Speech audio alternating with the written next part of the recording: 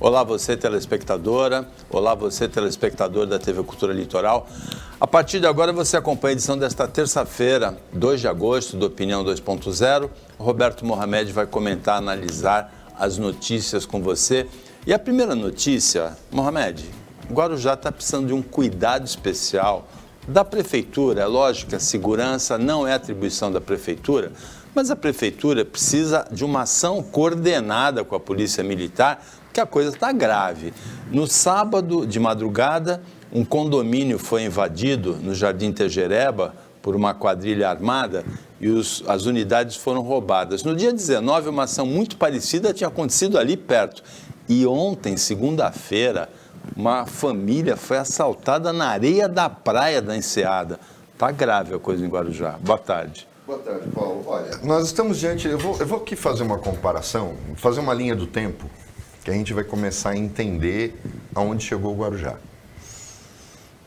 Há 30 anos atrás, a Praia Grande era a cidade dos farofeiros, aquela que ninguém queria ter casa de praia lá. 92. E o Guarujá era a pérola do Atlântico. Condomínios de luxo, como Jardim Acapulco, Iporanga. Park Lane. E aí, o custo de um apartamento de 2 quartos no Guarujá era assombroso. Na Praia Grande, davam praticamente. O lado de cada pista, então, era rua de terra. Tudo era rua de terra. Aí a gente nota o que é a sucessão de gestores contra, basicamente mas contra a sucessão de lixo que ocupou a Prefeitura do Guarujá. E eu falo lixo mesmo porque é lixo. Alguns até bonzinhos, mas absolutamente incompetentes e só se preocuparam em se dar bem. A gente teve caso de prefeita que nomeou namorado para cargo público, disse que não conhecia a lei do nepotismo. Em 30 anos, a gente tem o Guarujá.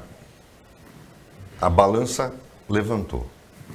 Quando o Mourão fez o cabeamento das câmeras de vídeo pela cidade, ele foi na Opinião, na TV Mar, e ele disse o seguinte, falou assim, eu não tenho dinheiro para colocar toda a cidade sob vigilância, mas eu já deixei preparado para que isso seja ampliado, só comprando câmera.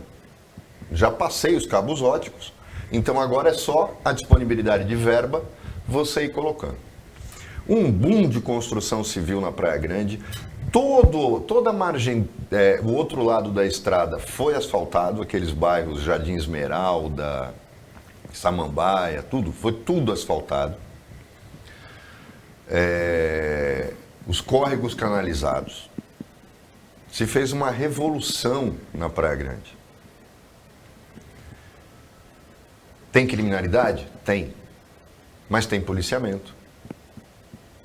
As câmeras funcionam. Tem ação do poder público. Vamos para o Guarujá. Guarujá se tornou terra de ninguém. A favela de Morrinhos agora é 1, 2, 3, 4, 5, 6, 24, 25, 30. Ela se expandiu de tal maneira que está maior que a cidade. Vicente de Carvalho completamente abandonado. E é lógico que o crime vai buscar dinheiro onde ele está.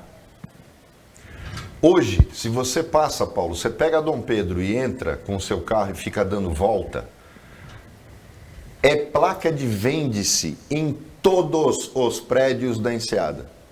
Todos. Ninguém mais quer ter apartamento lá no Guarujá, que é a grande maioria de São Paulo. Eu tenho um amigo, tem um hotel no Guarujá, na Enseada.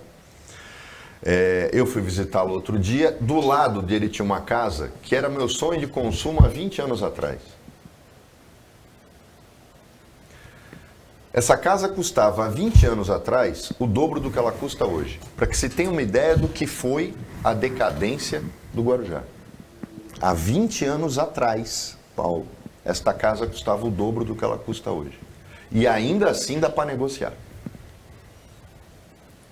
Porque ninguém quer comprar imóvel no Guarujá.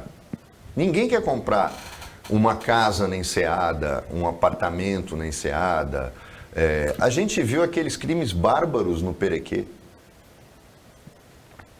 Quer dizer, é uma total falta de gestão.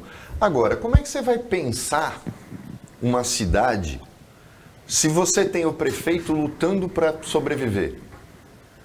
O único objetivo do Sulman hoje é não ser preso e continuar prefeito. Então não dá para planejar. Mas ele não é um culpado.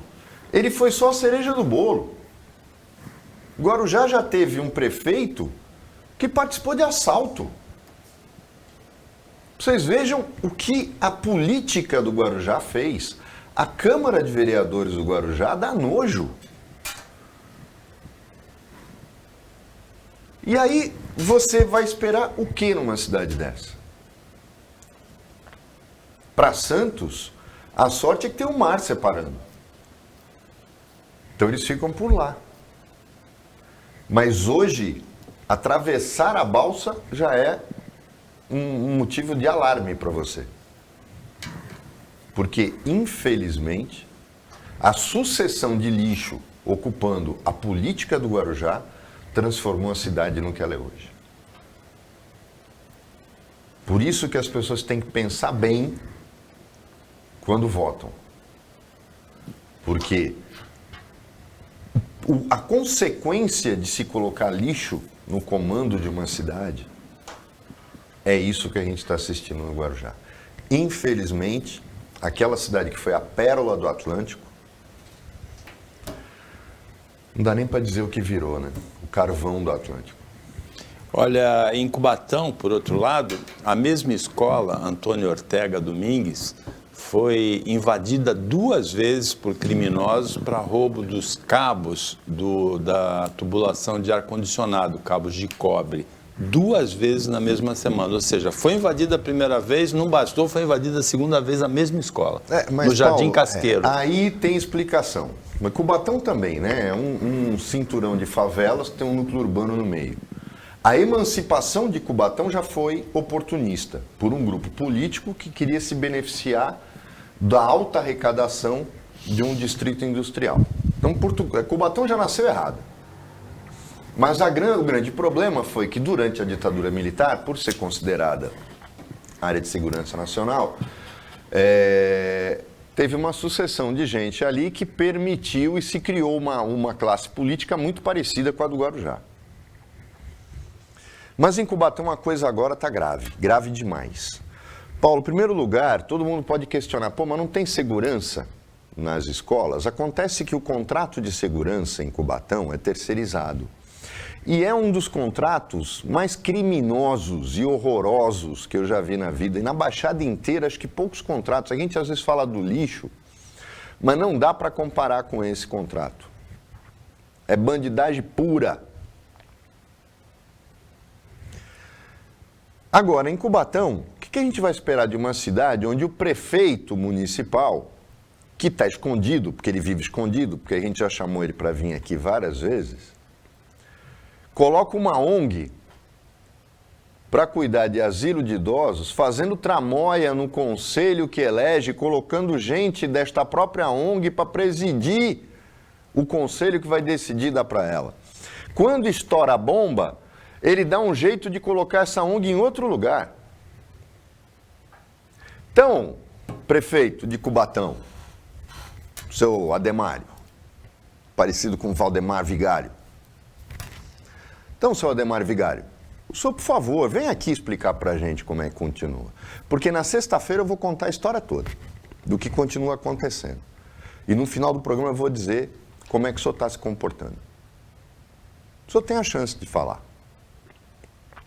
Agora, quando furtam 2 vezes a mesma escola e o senhor não faz nada, na verdade é a mesma coisa que o senhor está fazendo em relação a todo o resto. No início do seu primeiro mandato, quando eu falei que o senhor era irresponsável em relação ao hospital de Cubatão, o senhor disse que eu queria aparecer. Eu não preciso aparecer em cima de Cubatão. Agora, o senhor precisa da prefeitura para viver. Isso já ficou claro. Tá aí, sendo investigado de novo, né? E eu que queria aparecer. Vem aqui, Ademar. Senta aqui, ó. Senta aqui. Conta pra nós. O que está acontecendo? Por que cheira tão mal, é tão podre o que está acontecendo em Cubatão? O povo de Cubatão não merece isso, não. O povo de Cubatão merece decência. Raras vezes teve, mas merece decência. Bom, passando do plano regional para o plano nacional, o PTB ontem confirmou a candidatura de Roberto Jefferson, ex-deputado federal, à presidência da República. Ele não pôde comparecer à convenção porque ele está em prisão domiciliar por ameaças, né, ao Supremo.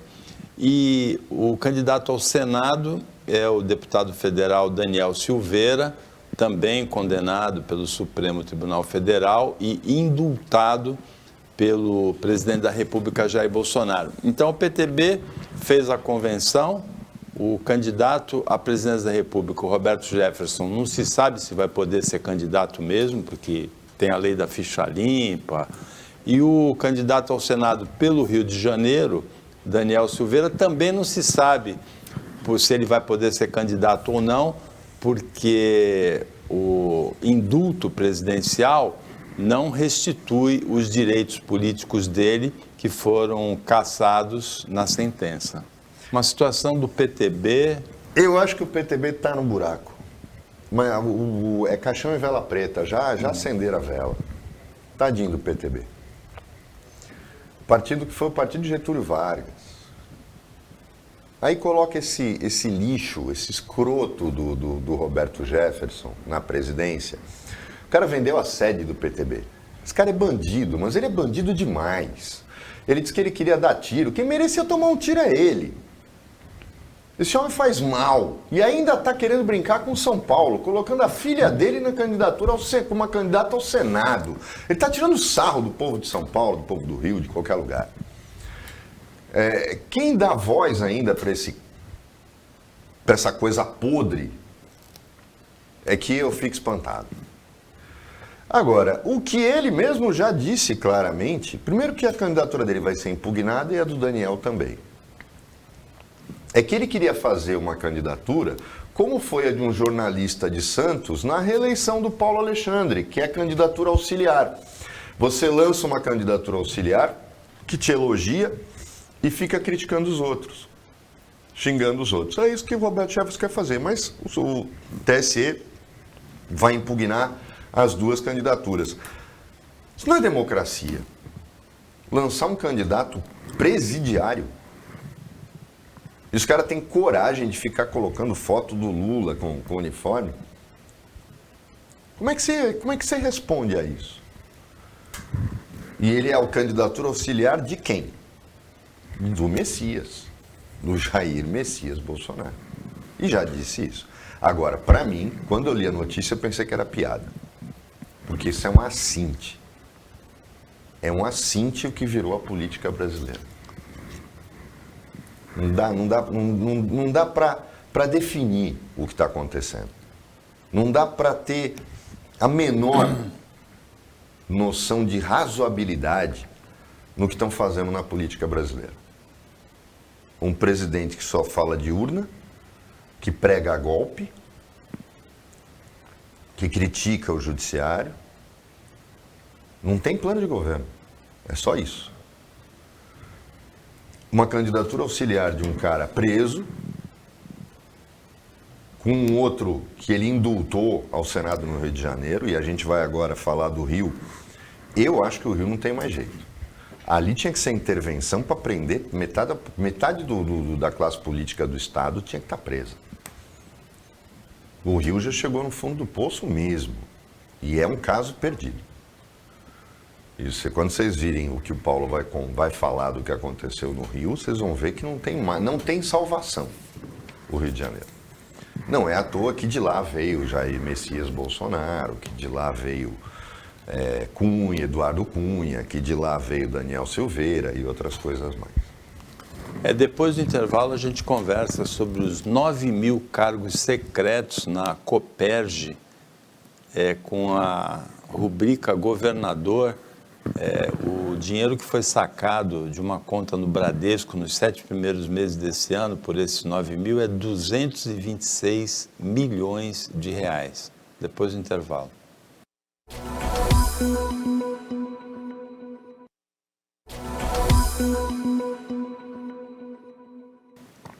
Voltando com a Opinião 2.0, hoje, terça-feira, 2 de agosto, é o Roberto Mohamed que está analisando as notícias com você, e são notícias até agora pesadas.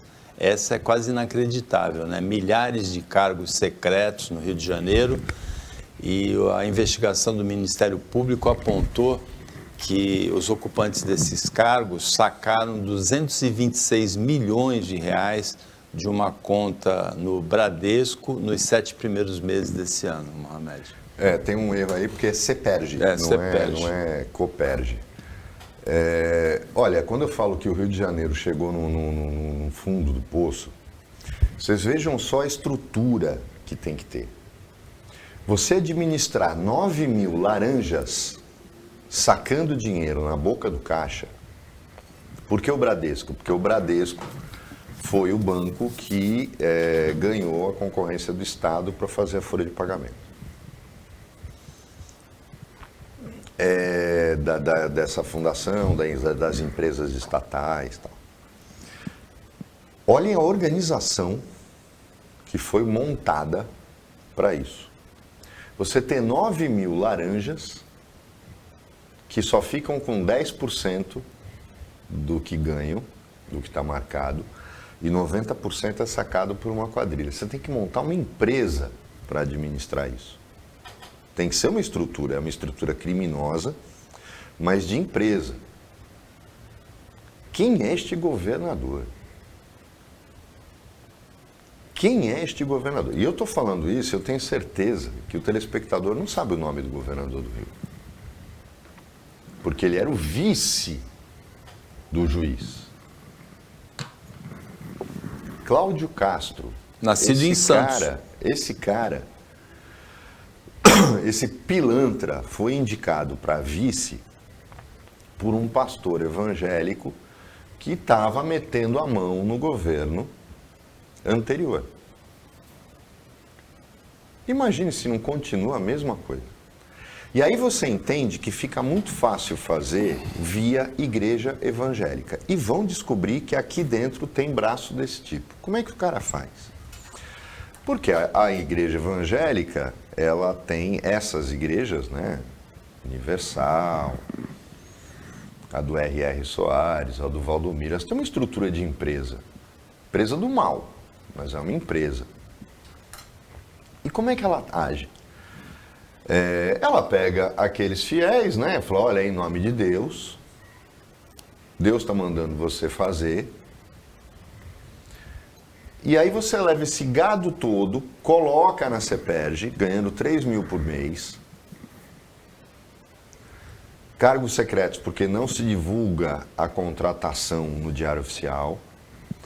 E o dinheiro, o salário deles é sacado na boca do caixa, eles ficam com 300, 2.700, vai para essa estrutura que administra. Se você fosse fazer com qualquer outro esquema, você teria que montar uma empresa ou uma administração desse tipo. Numa igreja fica muito mais fácil.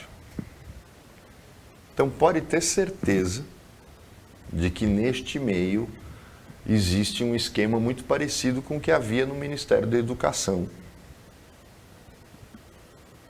Razão pela qual o pastor Milton Ribeiro está aí respondendo a uma série de acusações, junto com outros pastores. Falei, enquanto o Brasil tratar essa camarilha como lideranças religiosas, a gente vai ter esse problema. Agora, o Rio de Janeiro é um caso perdido. E aí eu acho curioso, porque o candidato do Bolsonaro a governador de São Paulo, que é carioca, que nunca morou em São Paulo, vou repetir, nunca morou em São Paulo, chegou a dar uma entrevista dizendo que a PM de São Paulo tinha que aprender com a PM do Rio. Essa para mim foi um chute no baixo ventre, porque não é possível que ninguém fique indignado. Eu soube de até bolsonaristas que ficaram indignados com isso. Quer dizer, não é à toa, né, que ele escolheu um astronauta para ser candidato ao Senado na chapa dele, né? Porque eu não sei em que planeta ele vive. Então ele está muito bem acompanhado. Agora, sem dúvida nenhuma, o que a gente assiste no Rio, lá é intervenção do governo federal, mas intervenção total, não é na área de segurança. É intervenção total, é sair caçando mandato. Lá não dá para usar instrumento democrático ou acreditar que as eleições vão mudar alguma coisa. O Rio de Janeiro está podre do topo à base. Não tem mais, eu acho que não tem mais jeito do jeito que está. Tem uma notícia que tem vários aspectos interessantes para serem analisados, que é a da previsão da Companhia Nacional de Abastecimento, que o consumo de carne per capita no Brasil esse ano baixa de 25 quilogramas por habitante por ano e atinge o patamar histórico mais baixo desde que esse controle começou a ser feito em 1996. Ele já chegou a ser quase 43 quilos per capita em 2006 e baixa a menos de 25 em 2022, de acordo com a previsão baseada no primeiro semestre. O interessante é que o Brasil produz esse ano, também a estimativa, 28 milhões de toneladas de carne entre bovina, ovina, suína e de aves. Mas a maior parte é exportada. A inflação da carne nos últimos 2 anos é o dobro da inflação oficial e a carne foi se distanciando do poder aquisitivo da população. Tem solução isso, Mohamed? Tem, lógico que tem. O problema é nós somos os maiores produtores de carne bovina do mundo. Isso é uma vergonha para o Brasil. Não é falta de área para criar gado, não é falta de estrutura, nada disso. O governo Lula investiu na criação de uma multinacional gigantesca em relação à carne, que é o grupo JBS. Eu não acho que... Eu já disse aqui no programa qual é a solução para carne, milho, soja. É simples. Você quer exportar? Você vai exportar. Você vai pagar IOF sobre o ganho que você tem no câmbio. E aí o cara vai responder, mas aí vai compensar eu vender aqui. Exatamente, a intenção é essa, você vai vender o que sobra. O comércio exterior no mundo tem uma lógica, aquilo que você vende aquilo que te sobra. Tem um jogo de computador muito interessante, eu sou viciado nele, chamado Civilization, do Sid Meier's. Esse jogo, quando você está fazendo o comércio exterior, o limite das mercadorias é que você fique com uma, pelo menos, para a sua população. Se você vende tudo que você tem, que você produz, você tem um pênalti de infelicidade. E a infelicidade, quando chega num determinado ponto, você perde o jogo. Infelizmente, isso não acontece na vida real, mas deveria acontecer. A lógica é, eu só posso vender o que sobra. No Brasil, não. Essa lógica, obviamente, não era aplicada. Eu ouvi isso uma vez de um angolano, que era diretor da TAAG, Companhia Aérea de Angola, aqui no Brasil, nós estávamos almoçando, e ele disse... No tempo da colônia, se um negro fosse visto tomando café, ele era punido, porque toda a produção de café de Angola era para exportar para Portugal. Existe um camarão chamado camarão-tigre no litoral de Angola, de Moçambique. Se você quiser comer, você não pode ir para Moçambique. Você vai para Portugal. É um camarão deste tamanho, ele parece uma lagosta. Ele é servido, inclusive, aberto. Você abre, você faz na grelha. Ele parece realmente uma lagosta, ele é desse tamanho. Além de bonito, é uma delícia. 100% da produção do camarão-tigre na costa de Moçambique, ele só dá lá. Vai para Portugal. É crime pegar alguém comendo um camarão-tigre em Moçambique. Então vocês vejam que quando um país exporta tudo que ele produz de alguma coisa, isso está ligado à origem colonial, à origem de opressão. E a gente está vivendo isso no Brasil, neste governo. Se a gente olhar para outros lugares, como por exemplo, vamos colocar os dois hoje maiores economias do mundo, os Estados Unidos e a China, no momento em que houve a pandemia, os Estados Unidos só mandava para fora o que ele não precisava. E a China fez o mesmo. Nós vimos o que nós penamos aqui, até com insumo de vacina. Farinha pouca, minha opinião, primeiro. No Brasil, essa regra não existe. O povo estava se estapeando por sobra de carne, aquele pedaço de gordura que tem um pouco de carne, que você faz aquela carne moída de terceira, que só tem gordura, restos de frango. E a gente estava vendo o povo se estapeando por isso. Osso, né? Osso. Que antes a gente pedia para o açougueiro e ele dava para você levar para o teu cachorro. E eu não estou falando de quando eu era criança, não. A gente está falando de pouquíssimo tempo. Se este é o legado, eu vi uma gravação de uma mulher bolsonarista dizendo agora que está tudo direitinho, vamos entregar para o Lula, vamos entregar para o PT e tal. Que tudo direitinho. O que está direitinho? Que faxina que foi feita? Aquela que proporcionou a compra da casa pelo Flávio Bolsonaro? Faxina, quando eu estou fazendo faxina, eu não preciso decretar sigilo de 100 anos sobre tudo que eu faço. O problema no Brasil é que nós estamos pagando o preço, Paulo, de uma total irresponsabilidade na gestão da coisa pública, e o que é pior, e aí é a razão pela qual, às vezes, você, quando vai escolher a desgraça que você quer para o país em 2023, você tem que levar em conta, pelo menos alguém que tenha empatia por quem precisa. Porque esses que estão aí não têm a menor empatia pelo ser humano.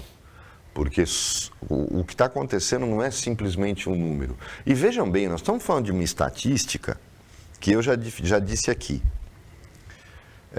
25 quilos per capita, nós estamos falando de estatística. E estatística é assim. Eu tenho 2 quilos de carne na minha geladeira. O Paulo não tem nenhum. Na média, cada um de nós tem 1 quilo de carne. Na realidade, eu como e ele passa fome. Isso é estatística. Isso é média. E é isso que vocês acabaram de ouvir na notícia. Porque alguns estão comendo 150 quilos de carne. A grande maioria não come nem 100 gramas. Essa é que é a verdade.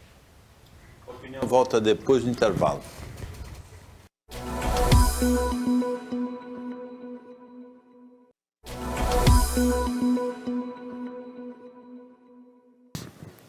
Voltando para o último bloco do Opinião 2.0 desta terça-feira, Roberto Mohamed analisa as notícias com você. E uma dessas notícias é do final da semana passada, mas foi divulgado ontem. Uma operação com um drone dos Estados Unidos matou em Cabul o médico líder da Al-Qaeda, o sucessor do Osama Bin Laden. Algumas vezes os Estados Unidos têm um costume de fazer esse tipo de operação, só que ele faz em segredo. São operações de vingança contra os inimigos da América. Normalmente esse tipo de operação era feito pela CIA.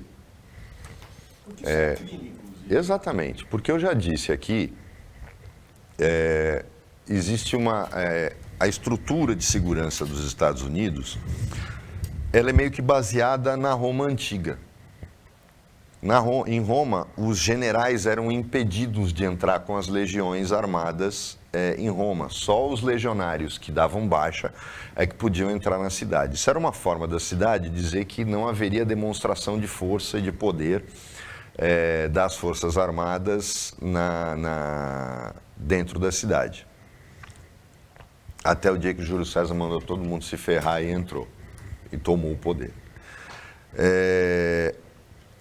A CIA não pode atuar. Isso é uma regra que eles cumprem, na minha opinião, até à risca.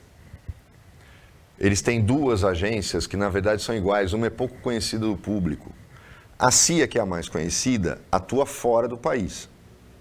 A CIA não pode operar nos Estados Unidos, a não ser controle. A CIA é responsável por todo o controle de possíveis ameaças ao país, mas ela atua essencialmente fora do país. E ela não pode fazer operações dentro dos Estados Unidos.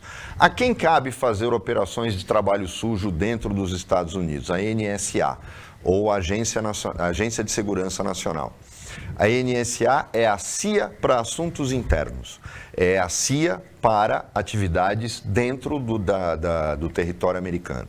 O FBI é a Polícia Federal. A gente aqui, às vezes, ouve a gente falando da ABIN. A ABIN não tem nada a ver com isso. A ABIN é um misto das duas, mas que não tem utilidade prática. Mas no caso dessas agências, essas operações, ninguém fica sabendo. O curioso é que, às vezes, os Estados Unidos querem demonstrar força, e nesse caso, tá aí, ó, o Davidson é porreta. O governo americano teve um ato de consequências gravíssimas, e queiram as pessoas acharem ou entenderem isso ou não, foi o que motivou o Putin a ficar valente e invadir a Ucrânia. O Biden demonstrou no início do ano, fez uma demonstração de fraqueza que não se admite a um líder de uma potência militar, ao retirar as tropas do Afeganistão numa decisão atabalhoada, mal planejada, alguns anos depois de ter dito ao mundo que tinham destruído o Talibã. E o Talibã voltou para o poder. E todo mundo lembra como foi, parecia Saigon, a fuga de Saigon, quando os Estados Unidos entregaram o Vietnã para o Vietnã do Norte. Os Estados Unidos ficaram com isso entalado na garganta. Primeiro que ninguém entendeu o que o Biden fez. Nem ele. E acabou fazendo com que o Putin falasse, eu posso invadir porque ele também não vai fazer nada. Era preciso dar uma resposta. E o que os americanos fizeram? Isso, para mim, Paulo, como você falou, é crime. Eles, com um ataque de drones, explodiram a casa onde estava o atual líder da Al-Qaeda. E que era hoje o homem que ocupava o topo da lista dos procurados pelos Estados Unidos, porque ele era conselheiro do Osama Bin Laden, e sempre foi uma liderança da Al-Qaeda. E o Talibã, obviamente, protege a Al-Qaeda, porque, para quem não sabe, a Al-Qaeda surge no Afeganistão. Ela não foi protegida pelo Talibã à toa. Na verdade, os Estados Unidos criaram a Al-Qaeda. Pouca gente sabe disso. Tanto o Talibã quanto a Al-Qaeda, o Talibã foi armado pelos Estados Unidos para expulsar os russos quando eles invadiram o Afeganistão. E a Al-Qaeda foi, na verdade, financiada pela CIA para poder tornar realidade a expulsão dos russos. Então, é incrível, né? Os Estados Unidos criaram o seu maior algoz. É inacreditável. Só que o que aconteceu, na minha opinião, foi um crime internacional. Só que, para quem não sabe também, os Estados Unidos têm mania de falar de crime toda hora, como é o caso, estão acusando o Putin disso e daquilo. Os Estados Unidos não fazem parte da Corte Internacional de Haia, você sabia, Paulo? Os Estados Unidos não admitem que os seus generais, os seus militares, sejam julgados pela Corte Internacional de Haia. Ele não admite isso, a Corte Internacional de Justiça. Desse justiçamento. Seria o caso. Eles não aceitam a jurisdição desta Corte. Por isso, eles são os xerifes do mundo, mas não querem nenhum juiz tomando conta deles. A verdade é essa. E a gente vai ver que isso descarrega em outras coisas, como, por exemplo, provocações. Os Estados Unidos estão numa situação de... Paulo, é muito curioso, mas a maior potência do mundo hoje vive um dilema. Se chegou a um tal grau de sofisticação em armas nucleares, que é impossível que você pense que uma nação que tem essas armas não vai usá-la. Então existe o medo, é lógico, você não vai fazer uma guerra e combinar com o outro, nós vamos entrar em guerra, mas você só usa tanque e avião, tá? Não pode usar arma nuclear, isso não existe. E como a destruição mútua está assegurada, inclusive a destruição do planeta, os caras se controlam. E essa é a razão pela qual os Estados Unidos não reagiu diretamente em relação à Ucrânia. Porque seria loucura. E isso já aconteceu outras vezes, contra a China no Vietnã, contra a China e a Rússia na Coreia. Os Estados Unidos vai lá, briga, ajuda o local a brigar, os outros vão lá e ajudam os inimigos a brigar, mas eles não se enfrentam diretamente. Eles só fazem esses campos de batalha para ficar brigando, como aconteceu no Afeganistão. E eles muitas vezes acabam criando a cobra que pica seu tornozelo. E foi isso que aconteceu. E outra demonstração de força, a chegada de navios de guerra dos Estados Unidos em Taiwan, antecedendo a visita da Nancy Pelosi. Por sinal, isso foi muito curioso. Eu acho que demonstração de força deram os chineses, né? Tem um vídeo que está não sei se o Davidson consegue achar. Os caras estão na praia, em Taiwan, e de repente começa a cruzar míssil para tudo que é lado, em frente a essa praia.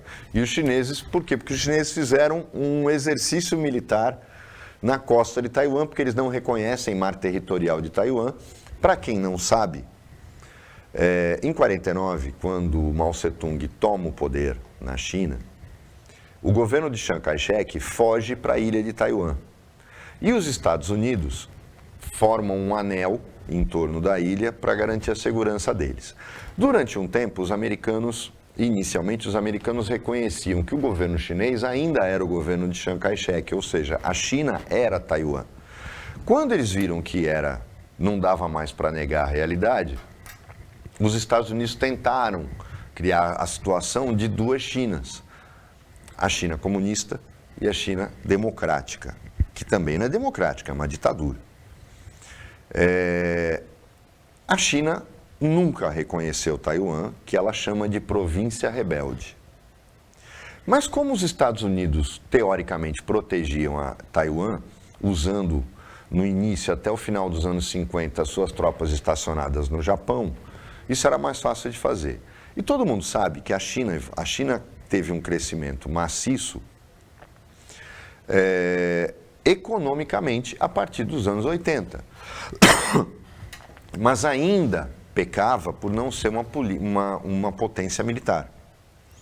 Foi justamente graças à Rússia, a China aí de forma oportunista, e por isso ela apoiou claramente os russos nesse ponto e está mantendo a Rússia, porque ela tem na Rússia aquilo que ela não tem em casa: arma, tecnologia militar. Todos os aviões chineses são baseados em modelos russos. Está acontecendo agora, eu li numa revista americana,